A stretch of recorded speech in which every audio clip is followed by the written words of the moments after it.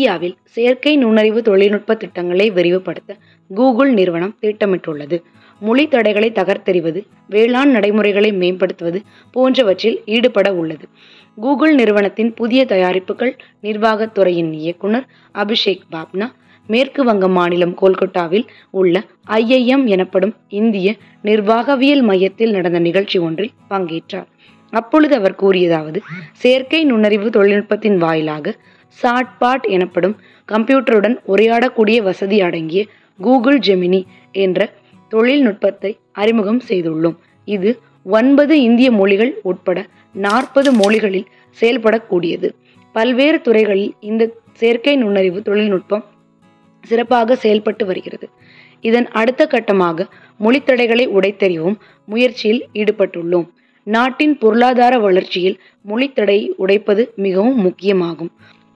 உதாரணத்திற்கு, ஒருவர் தன் உடல்நல பிரச்சனையை குறித்து தன் தாய்மொழி தெரியாத டாக்டரிடம் எப்படி விளக்குவார்?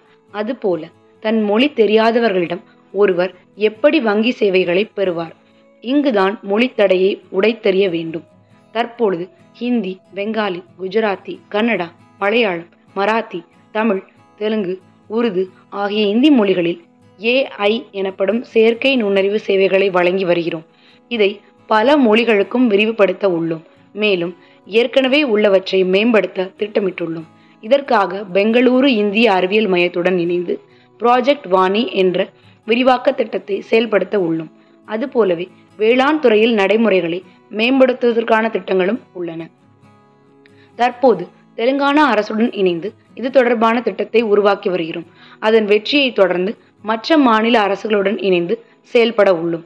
மண்ணின் ஒவ்வொரு துகள்கள் குறித்த தகவல்களுடன் உற்பத்தி எப்படி அதிகரிப்பது, சந்தை பயன்படுத்துதலை மேம்படுத்துவது என அனைத்து செயற்கை நுண்ணறிவு தொழில்நுட்பம் பயன்படுத்தப்படும். இவ்வாறு அவர் கூறினார். இது போன்ற செய்திகளை உடனுக்குடன் தெரிந்து கொள்ள ஊடகத்துடன் இணைந்திருங்கள். ஊடகத்திற்காக தார்னி சிவபாக்கியராஜன்.